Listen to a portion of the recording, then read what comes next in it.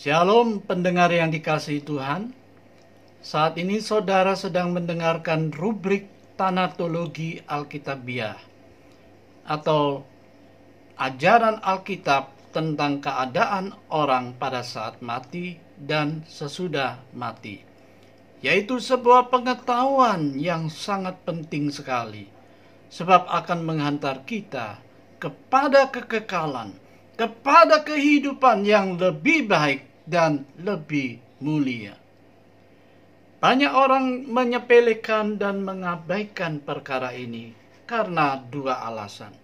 Pertama, karena mereka tidak tahu sehingga menimbulkan sikap tidak mau tahu dan mengambil langkah atau tindakan praktis sesuai dengan tradisi keluarga atau lingkungannya. Kedua, karena mereka tidak memiliki pengharapan akan kebangkitan tubuh orang mati, sehingga tidak memiliki sikap perlakuan yang pasti terhadap tubuh orang yang mati, entah dikuburkan ataupun dikremasi. Oleh karena itu, kiranya topik bahasan ini akan dapat membantu kita untuk memahami dengan benar hakikat dari kematian jasmani dan mempersiapkan diri kita dalam menghadapi baik kematian diri sendiri maupun kematian orang yang kita kasihi. Mari kita mulai dengan memahami struktur manusia. Yang pertama, bagaimanakah manusia itu pada waktu diciptakan? Sebelum kejatuhan, pada waktu penciptaan Adam, dalam Kejadian pasal yang kedua ayat yang ke-7 dijelaskan bahwa manusia itu terdiri atas tubuh, jiwa, dan roh. Tubuh manusia dijelaskan sebagai dari debu tanah. Debu tanah di sini adalah tubuh manusia. Itulah sebabnya unsur-unsur dari tubuh manusia dapat ditemukan di dalam tanah. Dan pada waktu mati dikatakan bahwa tubuh manusia akan kembali kepada debu tanah. Roh manusia dijelaskan sebagai nafas hidup. Nafas hidup di sini adalah berasal dari Tuhan.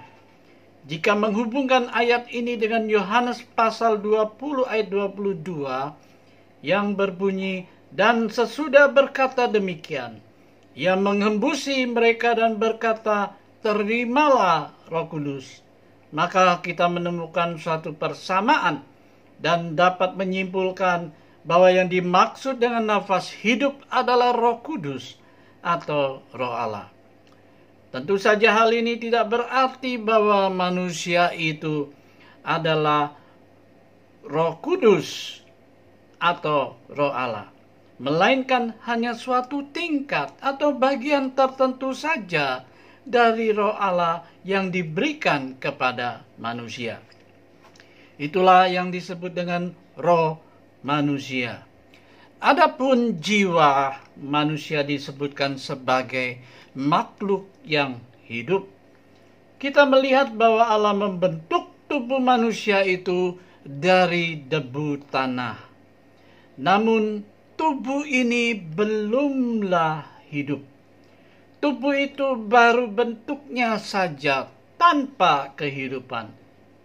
Kemudian firman Tuhan mengatakan bahwa Allah menghembuskan nafas hidup ke dalam hidungnya dan manusia itu menjadi makhluk yang hidup. Di dalam bahasa Inggris King James Version,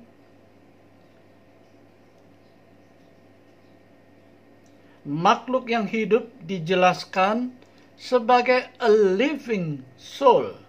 Itulah jiwa manusia. Jadi pada waktu penciptaan, manusia sudah merupakan satu kesatuan yang utuh, terdiri atas tubuh, jiwa, dan roh. Dan Tuhan memberikan suatu bagian dari rohnya kepada manusia itu, sehingga menjadi serupa dengan dirinya. Sedangkan penciptaan Hawa dijelaskan dalam Kejadian 2 ayat 21 sampai dengan 23 sebagai dari rusuk yang diambil Tuhan Allah dari manusia, yaitu Adam. Dan jika Adam diciptakan secara langsung, maka Hawa diciptakan secara tidak langsung. Namun keduanya sama-sama merupakan sosok manusia yang dewasa. Kedua, bagaimanakah manusia sesudah penciptaan dan keadaannya sekarang? Menurut 2 Korintus pasal 4 ayat 16, manusia pada hakikatnya terbagi atas dua bagian, yaitu manusia lahiriah dan manusia batinia. Firman Allah berbunyi, "Sebab itu kami tidak tawar hati, tetapi meskipun manusia lahiriah kami semakin merosot, namun manusia batinia kami dibaharui dari sehari ke sehari."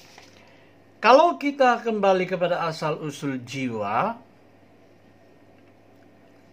sebenarnya ada dua bagian dari jiwa manusia, yang materi dan non-materi. Dan karena jiwa bersifat materi yang tersimpan di dalam darah, yaitu yang membentuk nyawa atau kehidupan, dan bersifat non-materi yang membentuk kepribadian seseorang, maka jiwa yang materi melekat pada tubuh membentuk manusia lahiriah. Sedangkan jiwa yang non-materi melekat pada roh membentuk manusia batinia. Jiwa yang berisikan akal, perasaan, dan kehendak inilah yang memberi kepada manusia suatu identitas diri yang membedakan antara orang yang satu dari yang lain. Dengan demikian, kita dapat melihat gambar manusia yang seutuhnya adalah sebagai berikut. Terdiri atas tubuh, jiwa, dan roh. Dan jiwa terbagi yang bersifat materi, yaitu kehidupan atau nyawa, dan yang bersifat non-materi, yaitu kepribadian atau identitas diri. Jiwa yang materi melekat kepada tubuh, membentuk manusia lahiriah, sedangkan jiwa yang non-materi menyatu dengan roh, membentuk manusia batinia.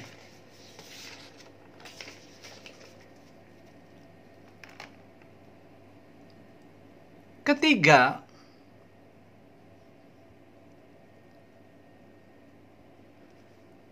kemanakah manusia sesudah mati? Ini merupakan pertanyaan yang tersulit, tetapi yang terpenting, dan menentukan sikap atau perlakuan kita terhadap tubuh orang yang mati. Secara ringkas, gambaran keadaan manusia pada saat mati dan sesudah mati adalah sebagai berikut. Pada waktu meninggal, tubuh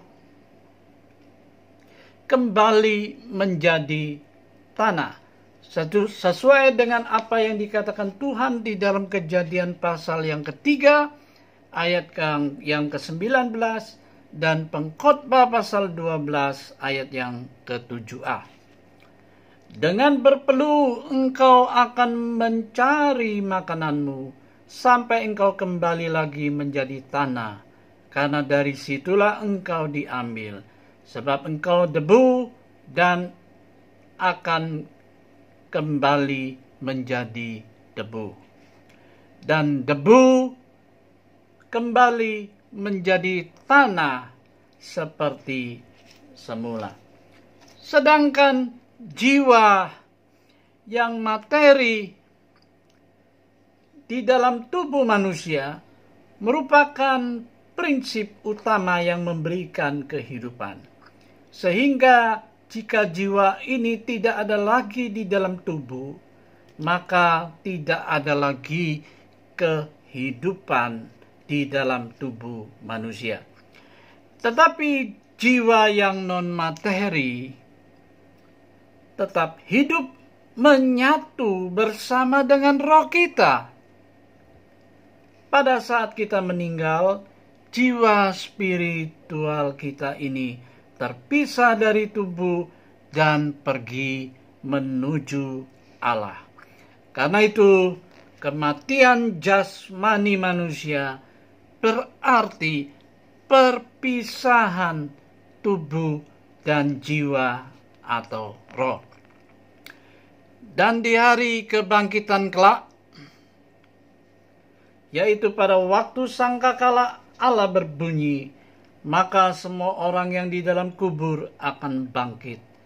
Disitulah tubuh dan roh manusia bersatu kembali. Herman Bavinck dalam bukunya Reformed Dogmatics menjelaskan, sementara setelah kematian tubuh, manusia mungkin tidak utuh lagi, dan dalam masa materi mereka menjadi berbagai macam organisme yang lain. Di bumi ada sesuatu yang tetap darinya, yang akan membentuk dasar bagi tubuh kebangkitan. Kita hanya tidak mengetahui apakah itu, dan tidak akan pernah sanggup untuk menemukannya. Hanya Allah saja yang tahu. Nah, sesuatu atau materi jiwa, yaitu satu bagian dari tubuh yang masih tetap ada atau hidup hingga hari kebangkitan.